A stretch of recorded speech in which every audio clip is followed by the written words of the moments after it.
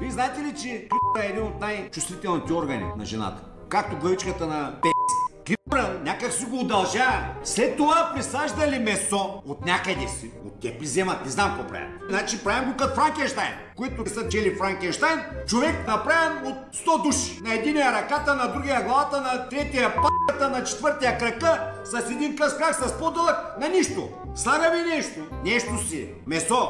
С клитора лъжен. И с помпа! С помпа, бе! Да са помпело! Да става корало! Така представете ли си го това нещо? Да си представите, що за хуйто и? И знаете ли сто обаче кое? Той или тя има приятелка, която ще прави любов с нея. Нали си представяте това нещо, дета нещо мяза, ако не го напомпиш, няма да стане. Колко ще е голямо, никой не го знае. На какво представлява, вие си го представете и ще му прави с***ка, примерно. И той ще свърши. Нали? Представете ли си го това нещо? Значи, ако ти си дошъл дрисното от някъде си и се попръскваш на вила така за гости, на къща за гости, сте се събрали да едите да пиете. Давайте се пука язвата. Перитонит, меритонит. Знаеш какво става с теб? Айде, Емилиан Грубаря, умираш, бе! Няма къде да отидеш, бе! Умираш! Аре, бе, бълък махни за тук. Ти си шматка, бе. Ти си тапанар, бе. Знаеш как се направихме? 2 линии, 5 линии, 10 линии. Не, ще мреш! След като прикажеш такива глупости.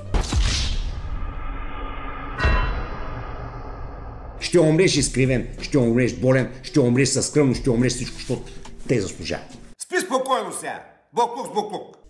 Еба си майка. Отида по манастирите и по... Там деца събират игумените, да видите за какви оргии става въпрос. Най-извратените са те. Днеска ми пускаха един клип там как се забавляват американската армия. Сложили един такъв дър... и един го лапа до гърлото. Не мога на лапата. И всички американски войници са радва. Голяма радост. Ма страшна работа. Така наречените беженки са като развинтени свине.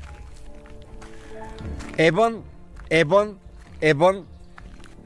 Разказват ми хора, викат, бе, вие нали сте избили? Какво бяга, каква война? Вика, ние сме дошли тук се ебе.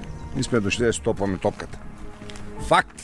Както и да ви ги прикаят, да ви ги покаят просълзени, украинките са си курици най-големите в света. Най-много се плющят, най-им приляга. На хуй вика Теклер. Да ви кажа. С 2 приказки няма проблем. Никой не се сеща да каже, чакайте, бе, майка му, ви какво правите?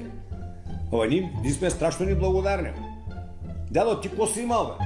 Ами, 2 кокошки ми взеха. Ам сега колко имаш, бе, дядо? 42. Ма дядото мръсника помни 2 кокошките с мърша. Де тя ако да еде, на Рогозка е спал. И той не помни, че му дали 40 сега да храни и да кради от държавата, ам 2 дет му ги взели. И цял живот той прикава мършата. Цял живот той приказва буклука. Ами, как да кажа? Как да кажа? Угазете трябва да е. Кралското семейство. Много са обичали Филип и кралицата. Ма сега за първи път при COVID, като ги затворили, седяли толкова време заедно. Значи за 70 години деца били, те почти не са се виждали. И каза приказките, че тя имала любовник, пък он си поебала там путенца. Не, те се обичаха. Само англичанин и друг идиот западен, но и нашите сега вече, мога повярват той нещо. Че тя няма да я докарат някой да си е Ето тя си живяла добре, повярвайте ми. И си имало кой да си е шива. И краля си поебал. И принцовите, като не, волят им дечица. Повярвайте всичко, което го говорите така. Тези хора са извратеняци. Цял ден няма какво правиш. Какво ще правиш цял ден? То с големия замък. Освен да дигнеш или на някой такова пустата да я огъзиш, или тебе да те огъзят или нещо. Какво ще правиш цял ден? Да зомбираш ти 4 милиарда тапанара да те гледат. Едно погребение. Погребение, бе, не и сватба. Погребение. Разделял са той с кралицата. Ти да си тял и пил с нея, бе. Какво се разделяш ти? Да си бил в Уинзор с нея. Или там където си дигала кълките и са я плющяли млади момченца. Да си бил там. Показват ти замъците им, колко пари струват, какви милиони имат, какви диаманти имат, какви злата имат. И ти нямаш нищо, бе, говедо. Стари дядо!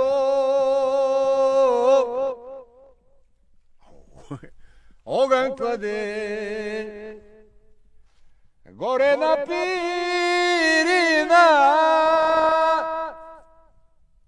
стадото му кротко пасе.